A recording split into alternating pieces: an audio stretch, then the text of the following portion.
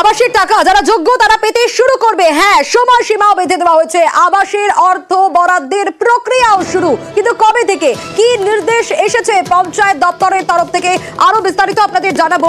সোমরাজ রয়েছে আমার সঙ্গে, আরো বিস্তারিত বলতে পারবে। সোমরাজ, একেবারে তাহলে সময়সীমাও বেঁধে দেওয়া হলো, পঞ্চায়েত দপ্তরের তরফ থেকে কি নির্দেশ এলো?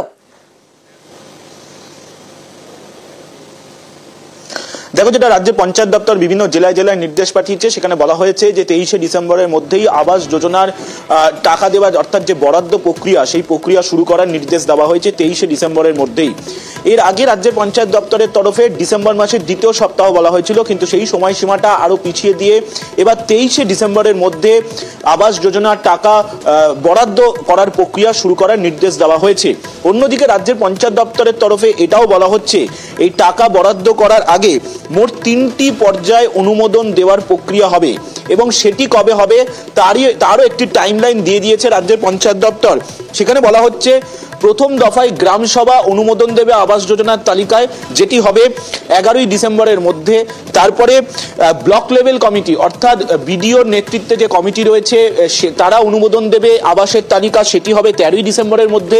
আর ডিস্ট্রিক্ট লেভেল কমিটি অর্থাৎ যেখানে জেলা শাসকের নেতৃত্বাধীন যে কমিটি, সেই কমিটি অনুমোদন দেবে আবাসের তালিকায় 16ই ডিসেম্বরের মধ্যে।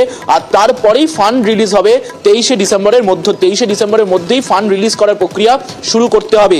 তাছাড়াও রাজ্যের পঞ্চায়েত দপ্তরের তরফে যে নির্দেশ জেলায় জেলায় পাঠানো হয়েছে, সেখানে এটাও বলা হচ্ছে 29শে নভেম্বর থেকে 6ই ডিসেম্বর পর্যন্ত আবাস যোজনার এই তালিকা অর্থাৎ কারা কারা বাড়ি পাবেন তার তালিকা BDO office, SDO office, DM office এবং তার সঙ্গে প্রত্যেকটা জেলার যে অফিসিয়াল ওয়েবসাইটগুলো রয়েছে সেখানে দিতে হবে। 29শে নভেম্বর থেকে 6ই ডিসেম্বর পর্যন্ত এই তালিকা থাকবে। এই তালিকা থেকে যদি কারোর কোনো অভিযোগ থাকে তাহলেও 6ই ডিসেম্বরের মধ্যেই সেই অভিযোগের নিষ্পত্তি করতে হবে। আর এটাও বলা হয়েছে এই যে প্রভিশনাল অর্থাৎ আবাসের যে তালিকার যে লিস্ট তৈরি হবে সেটি 28শে নভেম্বরের মধ্যে তৈরি করে নিতে হবে। রাজ্যের পঞ্চায়েত দপ্তরের তরফে এই নির্দেশ বিভিন্ন জেলায় জেলায় পাঠানো হয়েছে। এবং তুমি জানো যে আবাস যোজনার যে তালিকার যে সমীক্ষা পর্ব, সেই সমীক্ষা পর্ব নিয়ে 2 দফায় নির্দেশ পাঠিয়েছিল পঞ্চায়েত দপ্তর। আর তারপরে আবার পঞ্চায়েত দপ্তর রিভাইজড করলো অর্থাৎ সংশোধন করে ফের জানালো যে 23শে ডিসেম্বরের মধ্যেই টাকা দেওয়ার প্রক্রিয়া শুরু করতে হবে।